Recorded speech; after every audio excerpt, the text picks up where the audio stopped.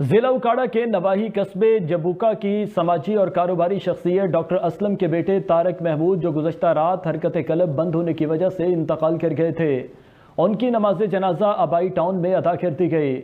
نماز جنازہ میں سیاسی، سماجی اور کاروباری افراد سمیت اہل علاقہ کی کثیر تعداد نے شرکت کی۔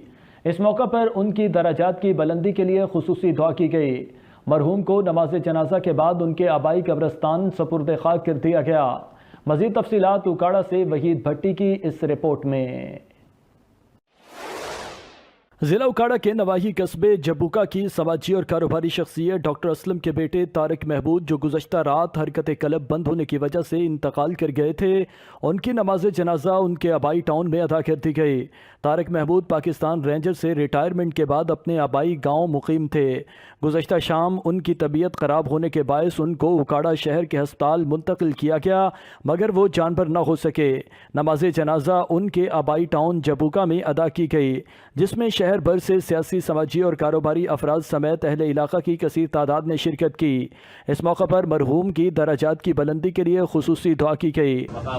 اللهم إني أعوذ بك من عذاب القبر، اللهم إني أعوذ بك من عذاب الحشر، اللهم إني أعوذ بك من عذاب جہنم۔ الہ العالمین، بھائی نماز جنازہ ادا کی ہے، یا اللہ اپنی بارگاہ کے اندر قبول فرمائے۔ یا اللہ بھائی صاحب دی کامل اکمل بخشش اور مغفرت فرما دے۔ یا اللہ ادا تمام سفر اپنے محبوب دا صدقہ آسانی فرما دے۔ یا اللہ قبر دے اندر منکر نکیر دے حسابات یا اللہ اپنے محبوب دا صدقہ آسانی عطا فرما دے۔ یا اللہ ادی قبر کو روشن فرما دے، قبر دے تمام منازل آسان فرما دے۔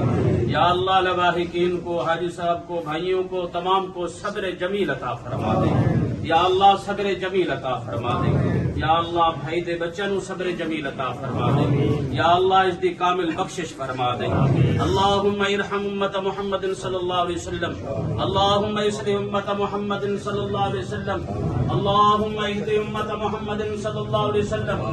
مرحوم کو ان کے آبائی قبرستان جبوکا میں سینکڑوں سوگواران کی موجودگی میں سپرد خاک کر دیا گیا۔ اس موقع پر ہر آنکھ اشکبار تھی۔ وہ ڈاکٹر طارق مسعود اور خالد محمود کے بھائی تھے۔